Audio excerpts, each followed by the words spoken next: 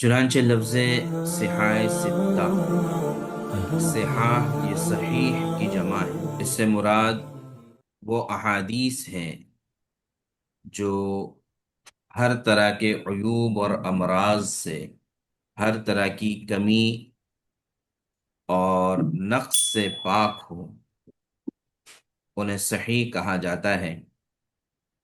اور اس کی اصطلاحی تعریف آپ نے اصول حدیث میں پڑھ چکے ہیں۔ ستہ عربی میں چھ کے لیے استعمال ہوتا ہے۔ اس طرح صحاح ستہ سے مراد احادیث نبویہ صلی اللہ علیہ وسلم کی چھ مستند، مشہور اور معروف کتابیں ہیں، جو بالترتیب ہے: صحیح بخاری، صحیح مسلم، سنن نسائی، سنن ابو داود، جامع ترمذی اور سنن ابن ماجہ۔ انہی کو صحاح ستہ کے ساتھ ساتھ اصول ستہ، کتب ستہ اور امہات ستہ بھی کہا جاتا ہے۔ اب یہاں پر لفظ صحاح ستہ کا لفظ یا اصطلاح جب ہم استعمال کرتے ہیں تو اس سے دو غلط فہمیاں پیدا ہو سکتی ہیں، اس کو دور کرنا ضروری ہے۔ نمبر ایک یہ کہ جب یہ کہا گیا کہ صحاح ستہ، چھ صحیح حدیث کی کتابیں، تو اس سے یہ غلط فہمی بعض مرتبہ پیدا ہو جاتی ہے ان چھ کتابوں میں جتنی احادیث ہیں یہ سب کے سب صحیح ہیں، حالانکہ یہ غلط ہے۔ سوائے بخاری مسلم کے دیگر کتب احادیث میں صحیح روایات کے علاوہ حسن، ضعیف، بلکہ بعض مرتبہ موضوع روایات بھی شامل ہیں، جیسے کہ ابن ماجہ میں۔ تو ایک غلط فہمی یہ دور ہونی چاہیے۔ اچھا، پھر سوال یہ پیدا ہوگا، دوسری غلط فہمی سے پہلے سوال یہ پیدا ہوگا کہ پھر ان کو صحاح ستہ کیوں کہا جاتا ہے؟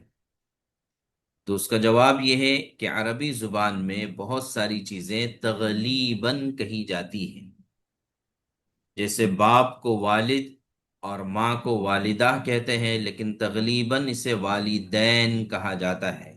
آپ نے عربی میں پڑھا ہوگا شمسین، قمرین، اسودین، مشرقین، مغربین، تو یہ تمام کے تمام تغلیب کے طور پر، غلبے کے طور پر استعمال ہوتی ہے۔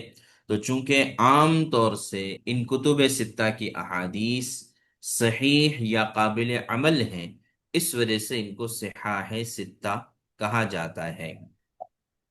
دوسری غلط فہمی یہ ہو سکتی ہے کہ یہ صحاح ستہ ہے تو لہٰذا اس کے علاوہ دیگر جو احادیث کی کتابیں ہیں کیا وہ صحیح نہیں ہیں؟ جیسے کہ ہم نے اس سے پہلے آپ کو بتایا کہ صحاح کے سلسلے میں بھی بہت سی کتابیں، جیسے صحیح ابن حبان، صحیح ابن خزیمہ وغیرہ، یہ تمام کتابیں بھی صحت کا خیال رکھتے ہوئے لکھی گئی ہے، مصنف کے اپنے شرائط اور ان کے اپنے زعم کے مطابق۔ تو بات یہ ہے کہ یہ کتابیں چونکہ معمول بہا ہیں اور عام طور سے تدریس میں یہ شامل ہیں، اس وجہ سے ان کو صحاح ستہ کہا جاتا ہے۔ اس کا مطلب ہرگز یہ نہیں کہ ان کے علاوہ جتنی کتابیں ہیں ان کتابوں کا کوئی اعتبار نہیں۔ اس طرح سے غلط فہمی ہرگز نہیں ہونی چاہیے۔ صحاح ستہ کی تدوین جو ہوئی ہے، یعنی ان کو جو مرتب کیا گیا ہے، تو آپ ان ائمہ کے سنین وفات سے، بہت سو کے سنین وفات بلکہ تقریباً سب کے بتا دیے گئے ہیں، تو ان سے آپ اندازہ کر سکتے ہیں۔ جیسے امام بخاری کی 256 میں وفات ہے، اور اسی طرح امام مسلم کی 261 میں وفات ہے، اس طرح دیگر تمام حضرات، تو پتہ یہ چلا کہ یہ تمام مصنفین تیسری صدی ہجری کے ہیں۔ ظاہر ہے کہ جب 200 سال مکمل ہو جائیں گے تو 300واں سال شروع ہوگا، تو اسی کو تیسری صدی کہا جاتا ہے۔ تو لہٰذا اگرچہ یہ کتابیں تیسری صدی ہجری میں لکھی گئی اور ان کی اپنی انفرادی طور پر تعلیم و تعلم کا سلسلہ جاری رہا، لیکن باقاعدہ اس اصطلاح کو صحاح ستہ یا صحاح کی کتابیں، اس اصطلاح کو سب سے پہلے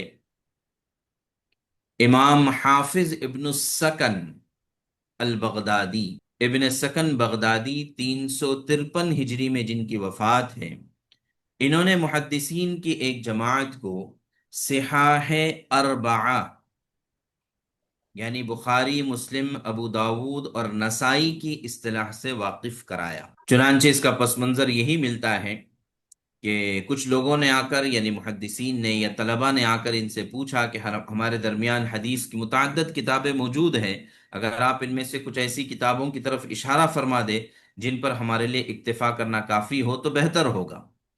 تو حافظ ابن السکن جواب دینے کے بجائے گھر تشریف لے گئے اور وہاں سے 4 کتابیں لا کر رکھ دی اور فرمایا ہذہ قواعد الاسلام، کتاب مسلم و کتاب البخاری و کتاب ابی داود و کتاب النسائی۔ تو اس طرح سے پہلے یہ 4 کتابیں محدثین کی توجہ کا مرکز بنی اور ایک زمانے تک صحاح اربعہ کی اصطلاح مشہور و معروف رہی۔ پھر اس کے بعد ایک بڑے محدث آتے ہیں، علامہ ابو طاہر السلفی، انہوں نے جامع ترمذی کا اضافہ ان صحاح اربعہ میں کر دیا اور پھر ان 5 کتابوں کے مجموعے کو صحاح خمسہ کہا جانے لگا، بلکہ علماء نے یہاں تک کہ کہا قد اتفق علی صحتها علماء الشرق والغرب، یعنی ان کتابوں کی صحت پر مشرق اور مغرب کے علماء نے اتفاق کر لیا ہے۔ اسلامی دنیا میں جب مشرق اور مغرب کا لفظ استعمال ہوتا ہے، آج عام طور سے یہ جنرل نالج کے طور پر مغرب کا لفظ جب کہا جائے تو اس سے امریکہ اور برطانیہ اور کینیڈا وغیرہ، یعنی امریکہ کے دونوں بر اعظم اور یورپ مراد ہوتا ہے، لیکن محدثین کے یہاں پر یا اسلامی اصطلاح میں جب بھی مغرب کا لفظ، مشرق تو یہ پتہ ہے کہ جو ہے حجاز کے اس طرف نجد یہ مشرق ہے، اور یعنی مطلب یہ ہے کہ اگر آپ میپ سامنے رکھیں تو مکہ مکرمہ سے داہنی طرف سارا کے سارا مشرق ہے، تو ظاہر ہے کہ ہندوستان اور بر صغیر وغیرہ یہ سب کے سب مشرق میں آتا ہے۔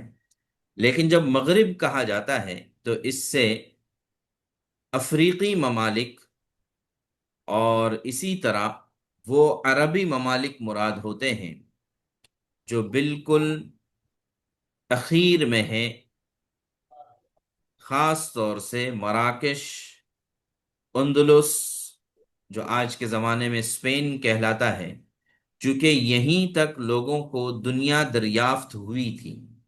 اگر آپ نقشہ اٹھا کر دیکھیں تو اس کے آگے اٹلانٹک اوشن شروع ہو جاتا ہے، مراکش، اسپین، پرتگال، یہاں تک اسلامی حکومتیں تھیں، اور موریٹانیہ، یہ تمام ممالک آج بھی مسلمان ہیں، الجیریا، تونسیہ، مراکش، موریٹانیہ، مالی اور اسپین، یہ سب کے سب جو ہیں بتایا کہ افریقی ممالک، اور اس کے بعد پھر اٹلانٹک اوشن، غالباً اس کو اردو میں بحر اوقیانوس کہا جاتا ہے، تو یہ شروع ہوتا ہے، اس کے اس پار پھر امریکہ ہے۔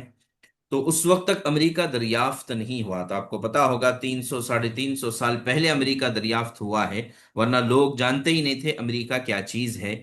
تو اس کو دنیا کا کنارہ سمجھا جاتا تھا، کس کو؟ مراکش اور اسپین کو۔